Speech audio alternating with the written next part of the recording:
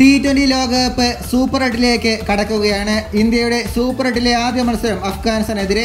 ഇന്ന് നടക്കാനിരിക്കുന്ന മത്സരം ഇന്ത്യയെ സംബന്ധിച്ച് വളരെ പ്രധാനപ്പെട്ടതാണ്.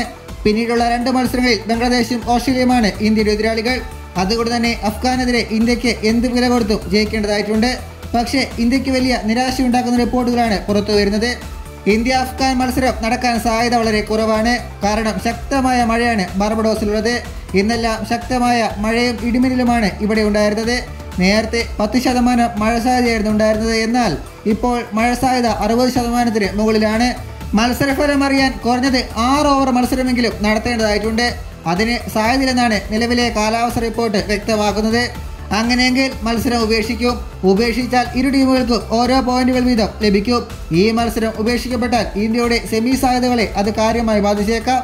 കാരണം അടുത്ത 2 മത്സരങ്ങളിലും മഴ സാധ്യത നിലനിൽക്കുന്നുണ്ട്. ഇന്നത്തെ ഇന്ത്യയുടെ സാധ്യതാ ലെവലിൽ വലിയ മാറ്റങ്ങൾക്ക് സാധ്യതയില്ല. സൂര്യകുമാർ യാദവിന് പരിക്കേറ്റതും ഋഷഭ് പന്ത് പരിശീലനത്തിൽ നിന്ന് മാറിയെന്നെങ്കിലും ഇരുവരും ഇന്ന് കളിക്കാൻ തന്നെയായിരിക്കും കൂടുതൽ സാധ്യത. അങ്ങനെയെങ്കിൽ സഞ്ജു സാംസൺ ഇന്നും പുറത്തിരിക്കേണ്ടി വരും. മാച്ചിന്റെ ലൈവ് ലിങ്ക് ഈ വീഡിയോയുടെ കമന്റ് സെക്ഷനിൽ കൊടുത്തിട്ടുമുണ്ട്. ഇതുപോലുള്ള പുതിയ വാർത്തകൾക്കായി ചാനൽ ഇപ്പോൾ തന്നെ മറക്കാതെ സബ്സ്ക്രൈബ് ചെയ്ത് വയ്ക്കുക.